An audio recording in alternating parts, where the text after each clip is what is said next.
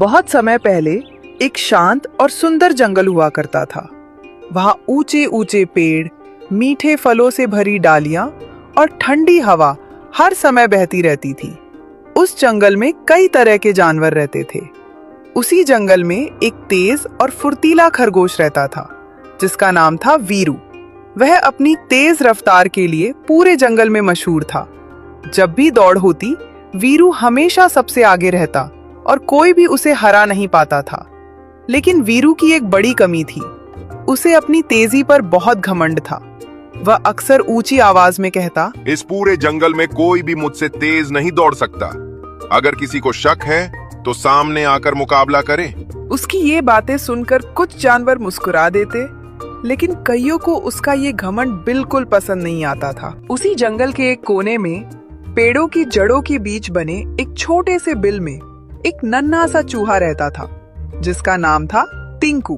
टिंकू भले ही आकार में छोटा था, लेकिन उसकी समझ बहुत बड़ी थी। वह हर काम सोच समझकर करता और हमेशा दूसरों की मदद के लिए तैयार रहता। जंगल के कई जानवर उसकी सलाह लेते थे क्योंकि वह जल्दीबाजी में फैसले नहीं करता था। एक दिन टिंकू ने वीरू को पास से दौड़ते देखा। उसकी रफ्तार सच में देखने लायक थी। टिंकू ने सोचा, इतना तेज होने के बावजूद अगर ये समझदार भी होता तो ये जंगल का सबसे बेहतरीन जानवर बन सकता था। हिम्मत जुटाकर टिंकू वीरू के पास गया और बोला, वीरू भैया, आप बहुत तेज दौड़ते हो। मैं रोज आपको देखता हूँ। क्या हम दोस्त बन सकते हैं? वीरू ने उसे ऊपर से नीचे तक देखा और हंसते हुए बोला, तुम और मेरे दोस्त? अरे तुम तो मेरे साथ 2 कदम भी नहीं चल पाओगे।